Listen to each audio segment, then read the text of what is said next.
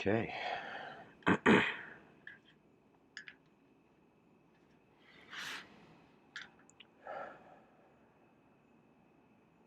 Hello, everyone.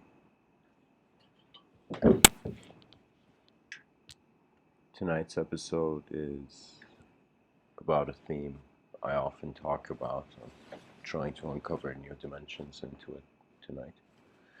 The title is Language as the Inner Constitution of the Person. Now, the reason the subtitle is called just Vision is because literally the YouTube title space has like limited characters you can put in. But the whole idea was I'm always curious about how the vision of the being in the moment is being their intelligence.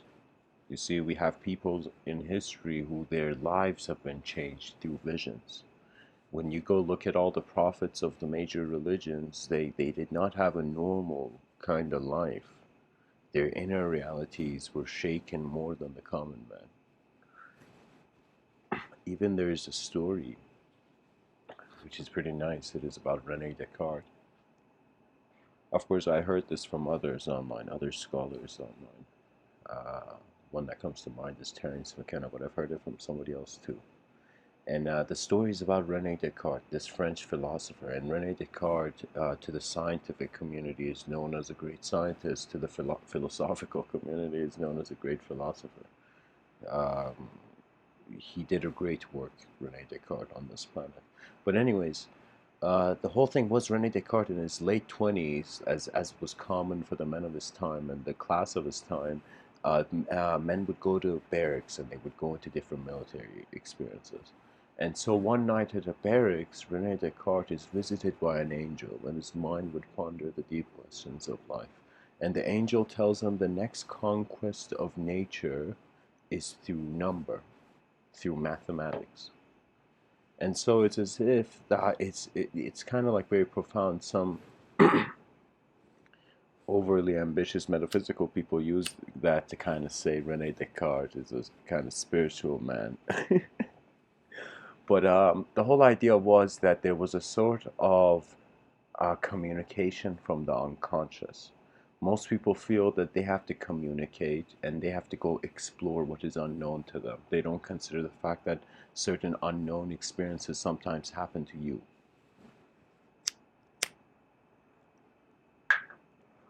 So René Descartes was in some sense inspired by a certain vision, and that vision was in regards to mathematical language.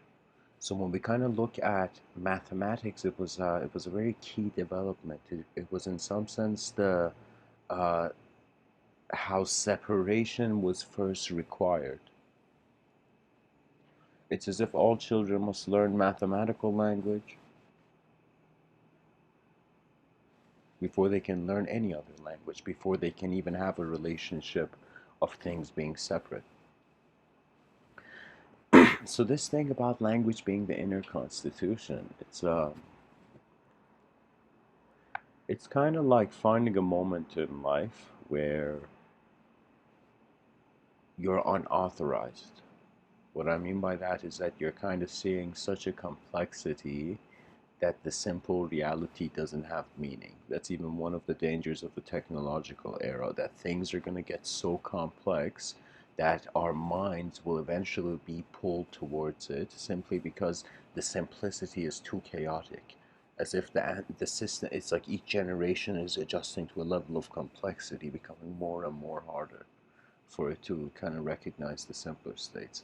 It's kind of very unique. It's kind of like the evolution of nature led to thought, and the evolution of thought led to a sort of technological liftoff.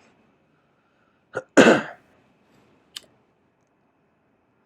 have a respect for language that I find many people do not share that same view, and that is that I see language as a technology.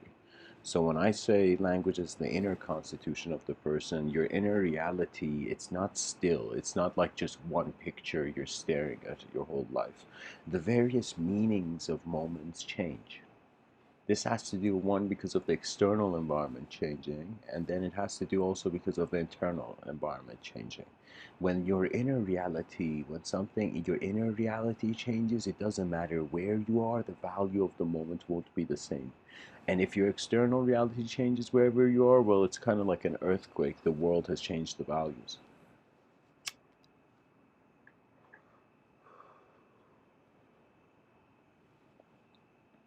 It's as if there came a time where I was really wondering about the ego.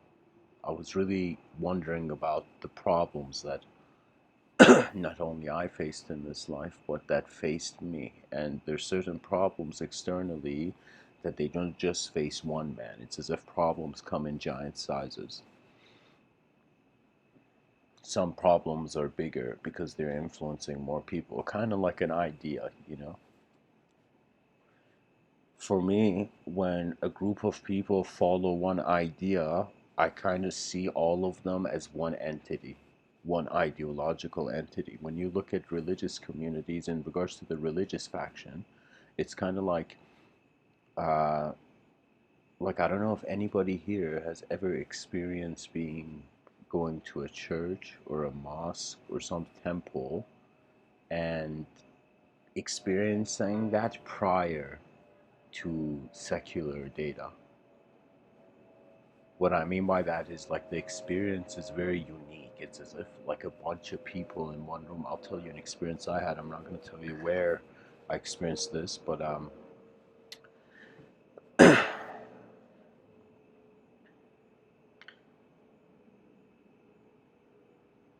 I remember attending. I'll tell you. I mean, it's not that much of a big deal. Like, I remember when I was young. So not when I was young actually. This is in 2016. I went back to Iran, and one of my relatives took. We were going outside of Tehran, um, where there's better scenery and nature environment or something like that. And as we were going, there was a special occasion that the whole kind of theocratical society kind of acknowledged. And it was this kind of night where they say it in Farsi, Da'ye Kome. And what that means is literally it's like everybody gathers around in the mosque. They turn off the lights. Some people have the Quran on their head, and people start crying as a mass activity. And so in that, I remember in 2016 I went there, and the way we went there was totally strange. It was also like the same night that that was happening was also a night where someone uh, I don't know, a distant relative of my relative, somebody they knew had passed away.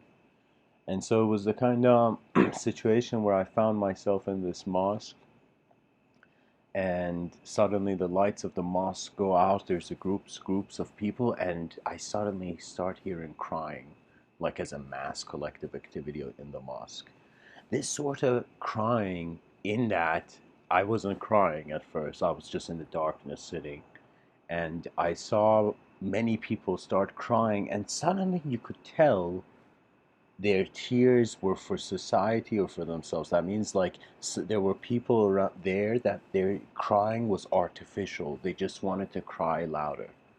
And so something that many people don't understand is that people do things with two sorts of sight. One sight which is in their eyes, and the other sight is what they think the outside sight sees.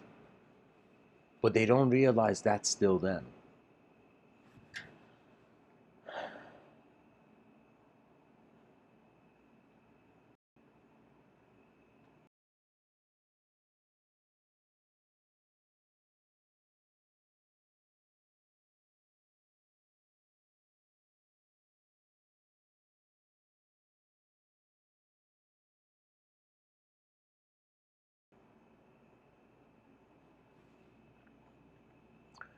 So what does this mean? Let's take it to the point where if we, by unique chance had like one of those Indian yogis tuning in who had kind of been in a meditation in a cave for a while. Regardless of how much meditation, regardless of how much you feel you're doing something to get somewhere, Eventually, any sort of individually and enlightened consciousness, it's as if once you have lived for yourself, you will see the greater dimensions of yourself, which is your collective. And that's what I'm saying. It's as if like we are not realizing it. Indirectly, we care for existence's continuity, you know?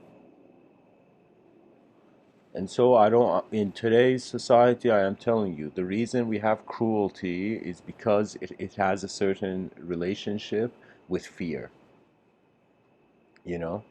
The more people are afraid, the more when they are disturbed, they will violently react.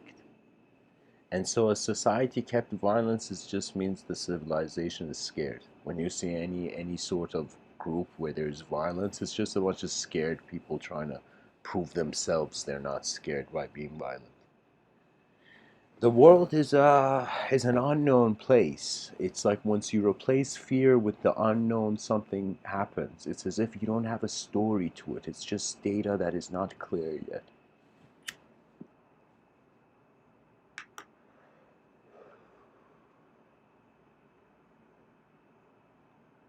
In Tibetan Buddhist practice, uh, there is a sort of kind of moment that comes where some of the monks go and they sit and meditate for 3 months, 3 days, and 3 years, 3 months, and 3 days. Legit, they meditate. They go and sit in a room, and somebody brings them food, and I don't know. I guess they use the washroom, but I don't know. Some of them, the whole point is to go into samadhi. Now, samadhi for me, it started to at first be like how it was like a superhero fantasy idea. Most people, here's the thing, your mythologies are things you're choosing to keep as if you don't know. Anything the person doesn't understand, two things happen. They either avoid or they idolize. Something that you think is better than you most people either avoid it. They don't want to be in a reality where there is inefficiency, or not inefficiency, inferiority. And at the same time, if they choose the other, they would worship. It's because the mind of the person is so conditioned to jump from different sides of the polarity and the dualistic spectrum. What that means is kind of like a person being good one day and then suddenly being bad and then good and bad and jumping between an indecision, an inability to see the whole thing, to even choose.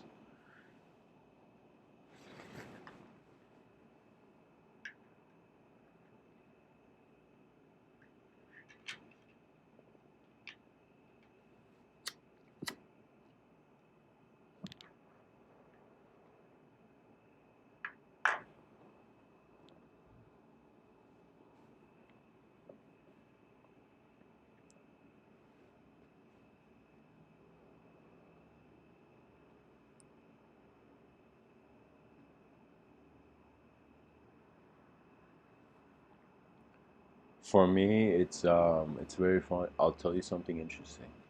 When I was younger, I would I was very life sensitive. So when things would change, my emotions would more intensely change, and I would notice this. And then it would get to a point where the animal emotional instinct would get confused with the intuition. So when that happens, the ego thinks it is divine. When the animal instinct is activated, the mind also goes into a kind of cruise control with this at this kind of animalistic cruise control. Um, and this can get again confused with the intuition, and the situation would be in how can I tell you? It's as if the same anger in that state where the angry person was so convinced that they were right. Imagine like one of those YouTube pranks you see. Some guy taps like there's a lineup, and some guy taps the shoulder of the person to of the of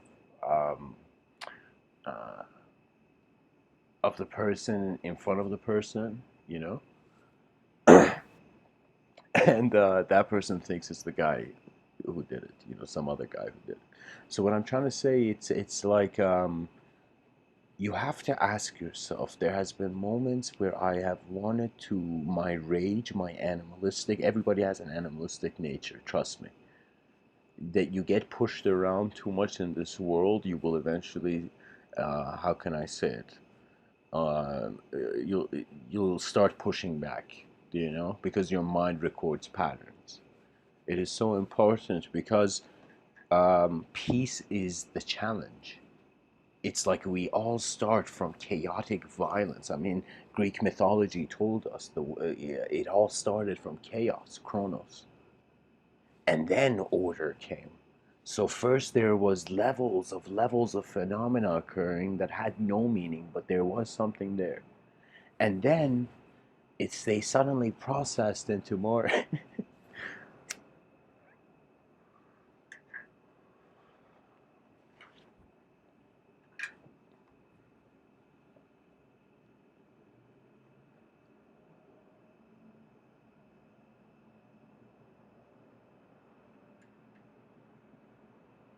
How would I say? Evolution is an attempt beyond man's comprehension. So here's the unique thing.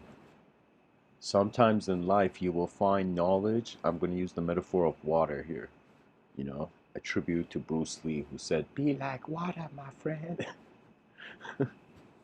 So if you look at things like as water, knowledge, knowingness, or the knower, or what is known, like if you, not the knower, but what is known, okay?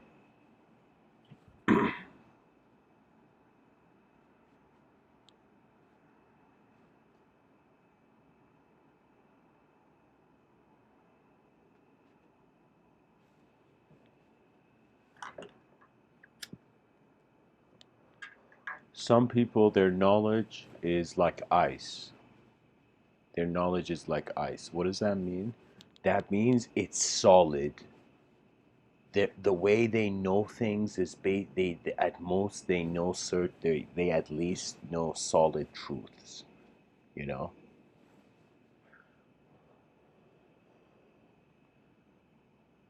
And it's not just solid truths, it's also solid beliefs. Anytime you can say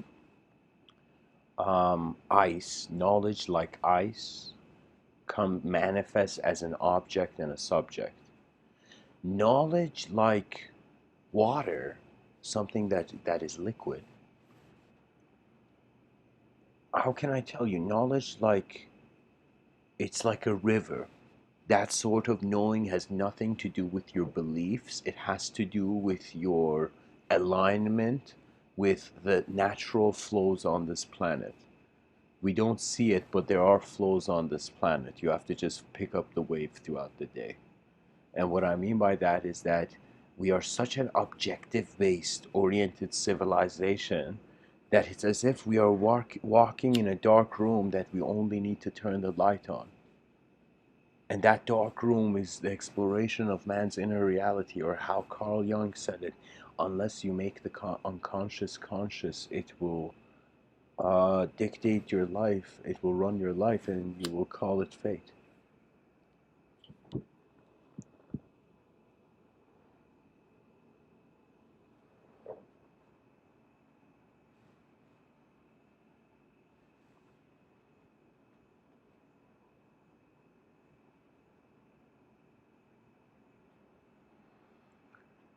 Now, I want you to consider something.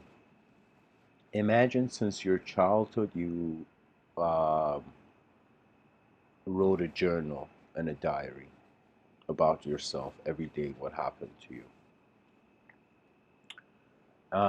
You were going to go see, after reading that journal and diary, and asking yourself, in what other ways do I know all the content that I've written in this book?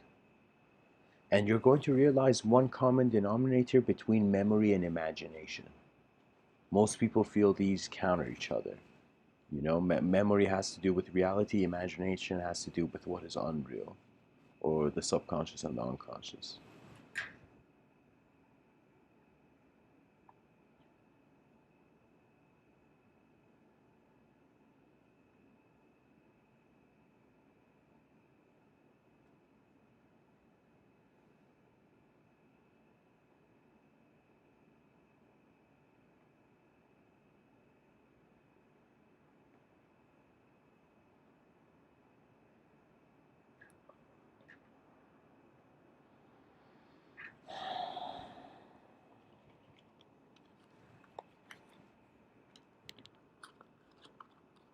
You see, guys, I'm not the first to bring it up.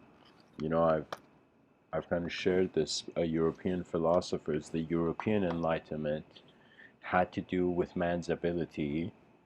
In some sense, the Eastern kind of enlightenment had to do with man's inability.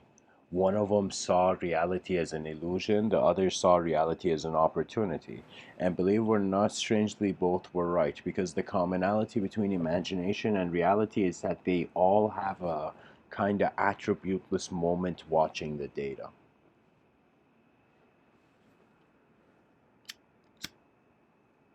Because if they truly ask me who I am, I cannot tell you its words, because words and language come and go. Objects and subjects come and go. What is here seems to be the witness of phenomena.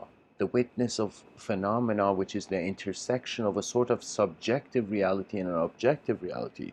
The subjective reality is kept through the language simulation.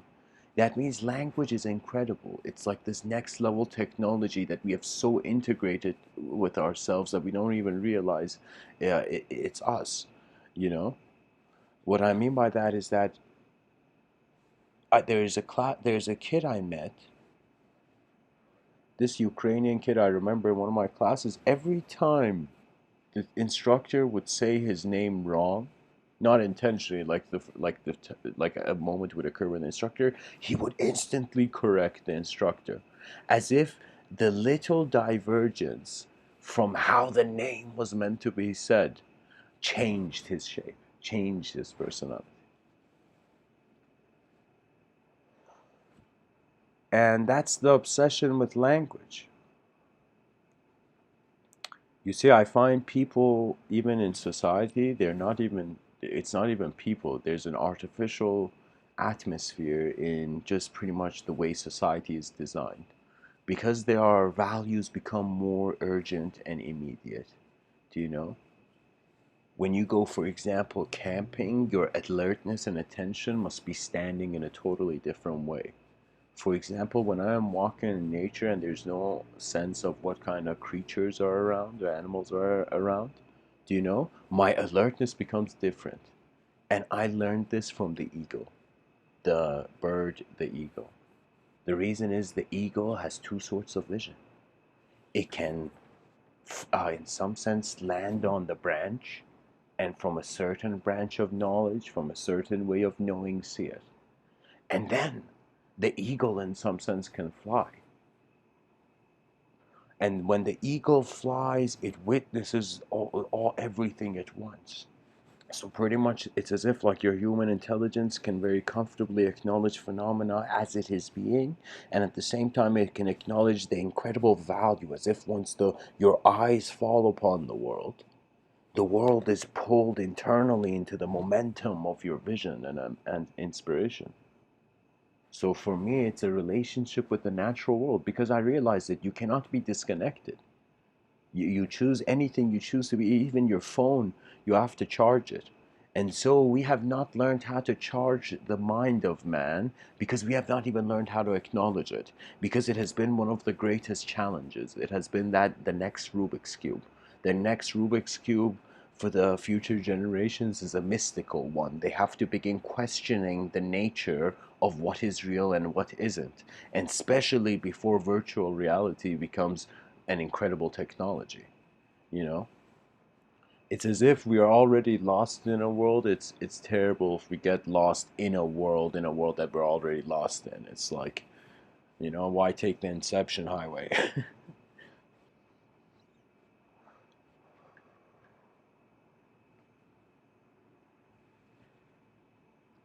Ludwig Wittgenstein says the limits of my language are the limits of my world. I find most people hear that statement and they see it from the bottom of the mountain. They see it as if, oh no, what do I do? What is there beyond language? Oh my God, is my understanding of the world only a sort of conceptual kind of stretch of it, you know? And so you begin to see, no, there is after the liquid state, the gas state. And the gas state is a very unique state of being.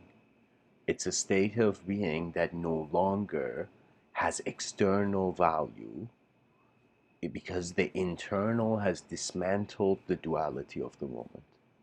The internal realization has dismantled the moment. As if there was a bewildered beast for eons just shouting in suffering. And then there came a moment where the silence and the stillness of the moment shouted at this bewildered creature and asked it why it was screaming in a world that it had appeared in, why it was suffering when the eyes can never be touched. The eyes can never be touched, but they remain. You know, if we were robots having this conversation, this would be totally different.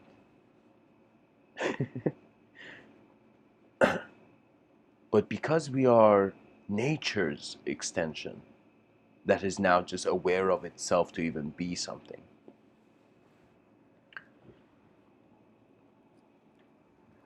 we transcend our sight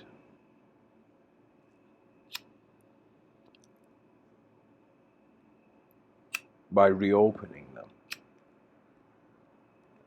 Aldous Huxley says there are things known and things unknown, and in between are the doors of perception, between all the beliefs that are visible and regardless of the beliefs that echo into your subconscious as kind of universes.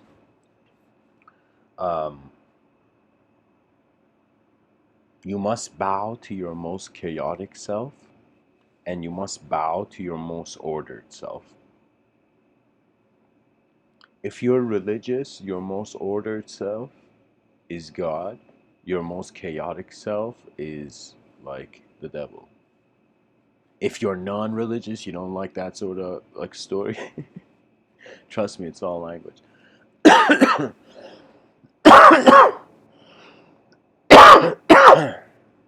It's all language. That's the secret.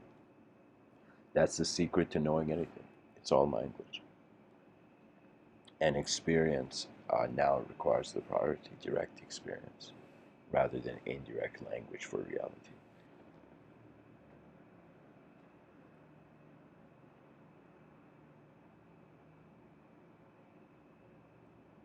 Once you are in your, you can only be content with something if you have confronted a fear, by the way. And what that means is you won't accept something in your space until you trust the intentions of that phenomena. This is why people get nervous, especially people who've been born and raised in modern society. Once they're put into nature, the reason they get scared is because they don't know a sort of intelligence in their environment, what intention it has.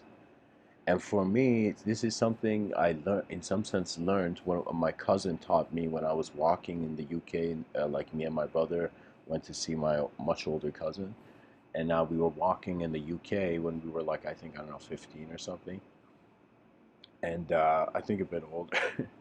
But anyways, the thing was, I would kind of like hit people, and it was suddenly like, you do know the movie Matrix, where Morpheus is walking at the beginning in the streets and Neo is hitting everybody who's walking. I kind of realized how to, he told me how to get out of that situation, is that you just simply look ahead. When you walk in a busy street, you're kind of like, you got to treat it like you're driving. You know, you got to be aware of the intention of the movements of the environment. Now, when you sit down in that meditative stillness and silence, just naturally, and whoever you are, just sit still and for silent for 10 to 20 minutes. In the first 10 minutes, you will hit a sort of silence. You will think this is silence, but then your body will go into a sort of challenge. After 20 minutes, when the I consider is the amount of time required for any human being for their physical body and their mind to become still, then the questions can be asked. Then the mind can wonder about the constitution of the inner reality more than just language and more than just image, rather a space of observance where you do nothing to see what happens. And when I say you do nothing to see what happens, it's the same way as when you study something. When you really want to learn something, you see, it doesn't even matter how you learn it, it's just the idea gets there. I was having a discussion with a friend about this notion of networking, you know? He was a filmmaker, and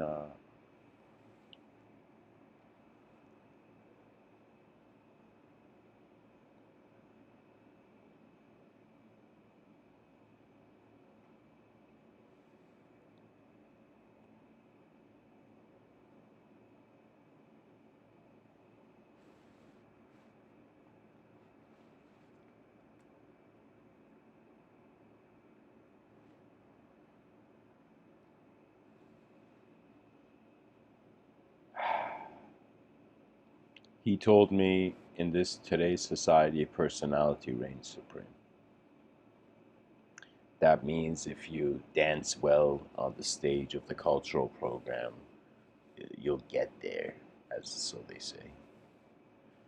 But I told him that I believe life is more than emotions. And personality, a person's personality truly becomes a personality when there's an emotional intelligence active. Now, for some people, that emotional intelligence could be dormant. Just by nature, it could be dormant. And by others, it could be none. Like the difference between the introvert and the extrovert, even though those terms are just words. You're just one moment of being. But anyways, like let's entertain those notions. Introvert and the extrovert. The introvert does not have emotional trust. Does not have trust of the vulnerability of being emotional in a space where they haven't been in before. But the extrovert emotionally doesn't care, and especially when you see it. When I was young, my very young, like my father took me in Iran, like I think I was 7 or something, to this like Persian, Iranian rug bazaar, you know, where there's like stores of different rugs all in one area. And there were certain people there who they were street smart. They were street smart in a way where you could say it could be even mischievous. The guy knew ways of, like, if you were a tourist there, probably you'd get ripped off. Like incredibly somehow. Somehow it wouldn't work to your favor. Because they were like they and the thing was their street smart had to do with observing the data first and then deciding. This is really what really is the update of, I think, the inner child into the clarity of the modern man. You observe, then act. Most people act and then they observe their mistakes. Oh man. We don't realize how much of the world is a story, but then when you realize it, what can you do? We are creatures that, because we're social creatures, we require language. So what you do is then you play. You play with truth. As you play with truth, you have no preference of seeing it. As if truth was standing in front of you and you're like, okay, I'm done searching for you, truth. I don't need to see you anymore. And so you'd think like truth would be like, why, man? Why? See me, bro. I'm truth. See me. And you see, in your preference list, you begin paying attention to the nature of your own life. You begin living a life where the value is not dependent on the outcome. Its value is innate. It is just by the nature of your existential presence. You see, when it comes to existential presence, you can't go to somebody else and be like, yo man, I exist more than you. Like, you can't do that. Existentially, there's no good, bad, evil, nothing. This is why when you look at life as a designer or an inventor, it's as if that's the metaphysics and religion. It's like unnecessary. There are people who are in certain levels of skills who, if you even brought, if somebody came to me and it's like, yo man, does this guy need to know about like the observer within all this? I'll say no, because everybody has to just be true to how their eyes have opened, and then you, once life becomes a flow, for most people it's like a robotic kind of routine. It's like a repetition, A B C D every day, A B C D, like, do you know what I mean?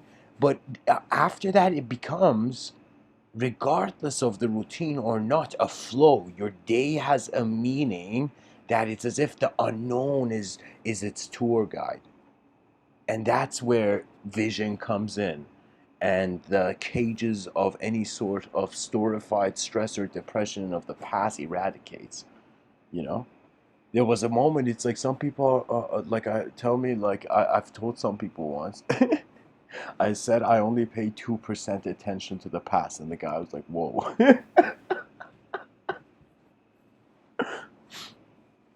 And the reason is because the past, I went to see my past. I went to go believe my memories, and there was a supernova explosion. I thought I owned my imagination. I realized the world owns itself. This is why in ancient mythology there is the battle of the gods. What are the gods fighting for? Every person in an individual dynamic will fight for the collectivity of some sort. This is why the act of seeking, the act of any sort of dynamic of doership will always lead to an individual consciousness.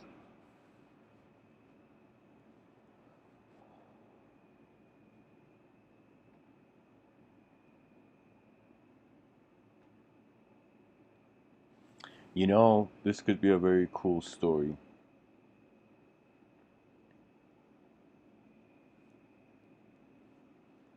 A child goes to his mother and says, a young child goes to his mother and says, this is a story that just came to my mind. I'm animating it on the spot. But a kid went to his mother and said, Mom, I died last night. And the mother was like, called the father in, and they both sat with the kid, and they're like, what do you mean I died last night? You know? And then the kid's like, I was sleeping in my bed, and then everything went away, and I came back. And then the parents are like, whoa, that is the brilliance of the unknown. We cannot know. There's no such thing as the conception of death.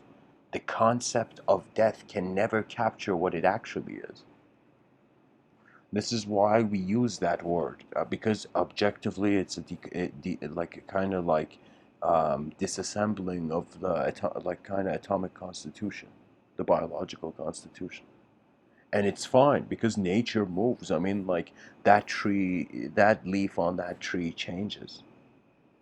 What makes me in this universe like separate from that I don't change? It's as if I've been seeing life and death since the moment I've opened my eyes. This is why the personal dimensions of my life, they have been luxuries.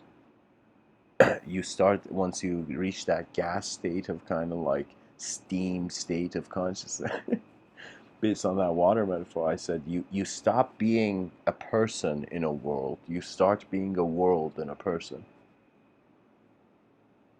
That means your imagination right now, in order for you to have an ego, is being shunned. It's just automatic. Something known has to create a boundary between itself and unknown in order not to change. As if your ego is a language made bunker for your attention to exist through a single point.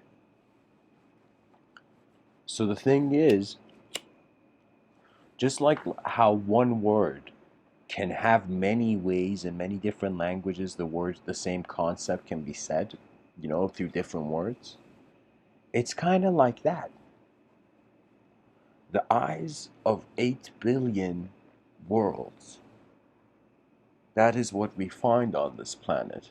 That there are two sorts of universes provided, an external universe and an internal universe, and both of them have a sort of empty space to it. I'm not kidding. Sometimes I've sat down and I've kind of closed my eyes and I'm like, okay, let me see where my thoughts are. Let me see what my thoughts are. And the moment I've sat down, I could see nothing. It's as if my imagination in that instant didn't exist. And then I realized the ego is an expression of your energy, your biological just a vitality through the day. So when you understand this, you realize the ego's flexibility. One moment you could feel sad, and because you're sad, you feel weak. One moment you feel happy, and because you're happy, you feel strong, you know? And so you begin to see it's like it's a sort of dance every day. Every day has its own unique dance. And at the end of the day, you come home and you're in your bed and you're like, okay, this is how this day happened. For me, it's like I'm playful with it. That means I don't really have too many beliefs on anything. It's hard to believe, guys, in a changing world.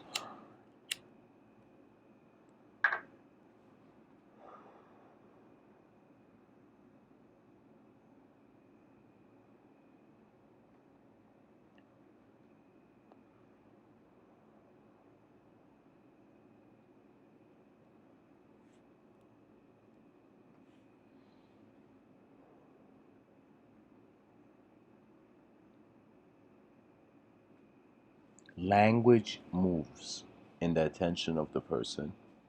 It can move at different speeds. It moves like rivers, or some say consciousness streams.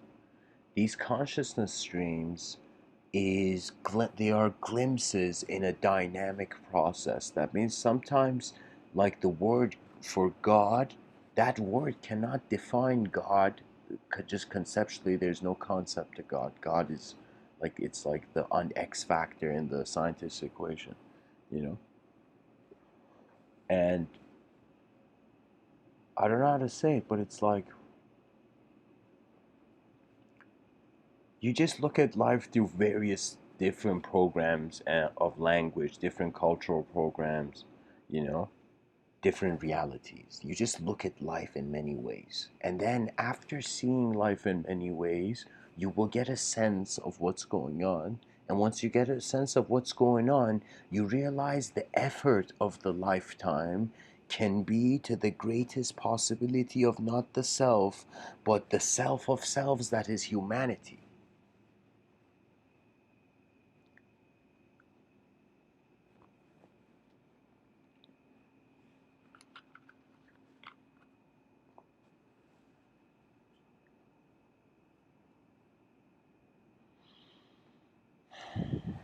Anyways, guys, I'm going to share one more idea before I end off here.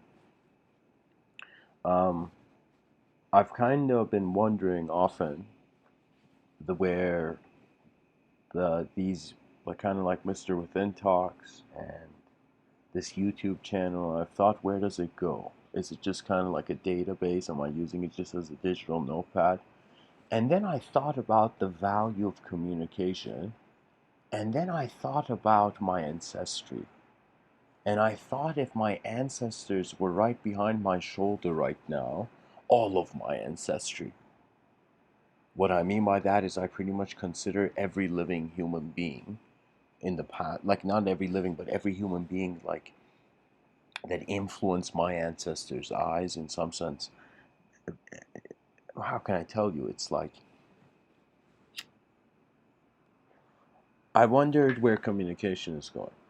And I realized it has to do with an opportunity. And that opportunity is that after 4 billion years of evolution, biological evolution, we have come to this moment where we have an access for the first time through the internet and YouTube and all these things to have the inner realities of people communicate. Back in the day, there was only these philosophers who even cared about the inner reality, and there was something like the School of Athens where people would, the wise would search it from all around the place. And the reason simply was because minds, inner realities could show themselves. You see, they had no TV back in the day. When two people spoke and their conversations got heavy and deep, it's as if their imaginations were like TV for others. Do you see? And so I realized there's a value in evolving and doing things with communication that our ancestors simply could not because the technology didn't exist then. So what that would mean is the inner realities of people now needs through a collective context wonder about a future efficiency. And it has to do this in circles. And there's this idea I have, I call it the School of Athens 2.0, where it's the next stage of advanced communication, where people all around the world put aside violence, put aside selfishness, greed, power, all this stuff that is unnecessary to the innovative mind, and for a second just care for knowing. The thing is, in war, many things get destroyed, and when you are at war with your world, you make many negative decisions.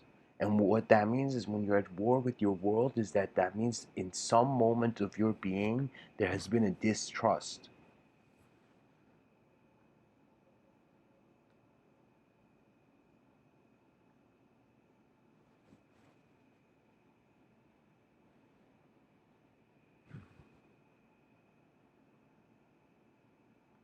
And then when there arises a sort of fearless trust of how life is, you, dear listener, have transcended the words of man and the worlds of man. You trust the presence of an attributeless being. You trust yourself before it was conceived. And the winds of evolution move. And you just, sometimes when the winds are heavy, when there's a lot of suffering in your life, just lunge. You know how when it's a windy day, you lunge, you kind of like, the wind doesn't push you. And navigate. That's the most crucial point. Oh my God, I should say this. When it comes to language, you have to understand it's your attention that is keeping that language alive. It is your attention that keeps your memories alive. It is your attention that keeps the world alive. And not just the external world, but the inner world. And it's this attention that has to be alive for there to be life. The mind has to live. And the minds of people nowadays, it's really strange. It's like we're a spoiled civilization that once there's a little bit of suffering, we're like, oh, there's no hope. Let's all die slowly. Like,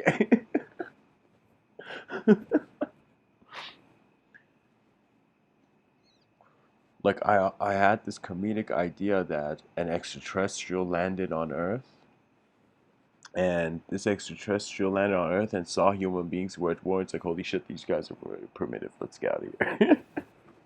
I think this perhaps could have potentially happened.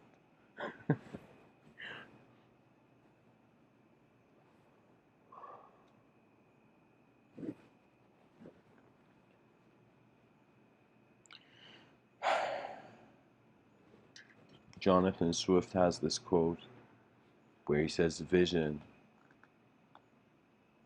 is the art of seeing what is invisible to others. And I believe it was John Durant who said, knowledge is the eye of desire and can pilot the soul. That means the truth of what is here can direct your attention in ways where you going and trying to find some instruction for it is, you gotta just see what's here and you'll suddenly you'll suddenly become alive once you see what's really here. Trust me, every enlightened person in history, they have been seeing the same thing. It's all existence.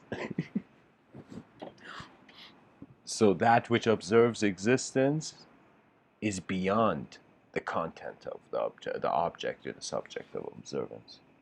You are free before you were even in a story of the lack of freedom.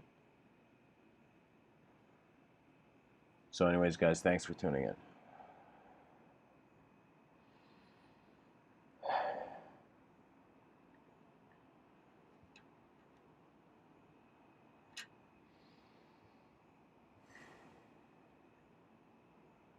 I feel strangely, sometimes I do this.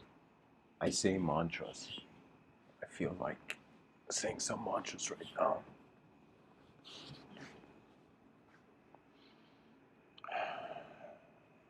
At this point, guys, you can tune out because I'm just going to be saying mantras and then ending it off, chanting mantras and ending it off. So feel free before you need to be.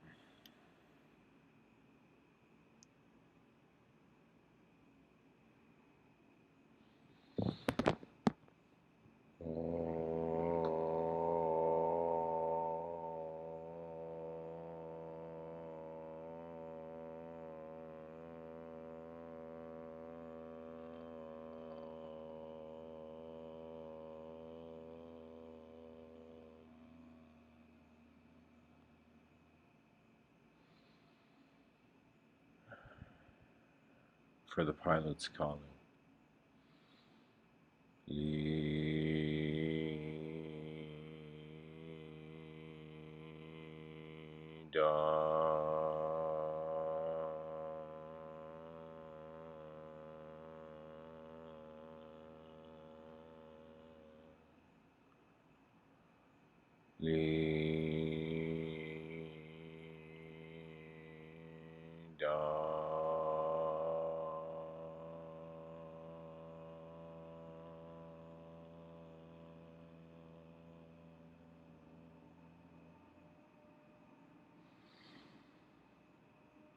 Oh.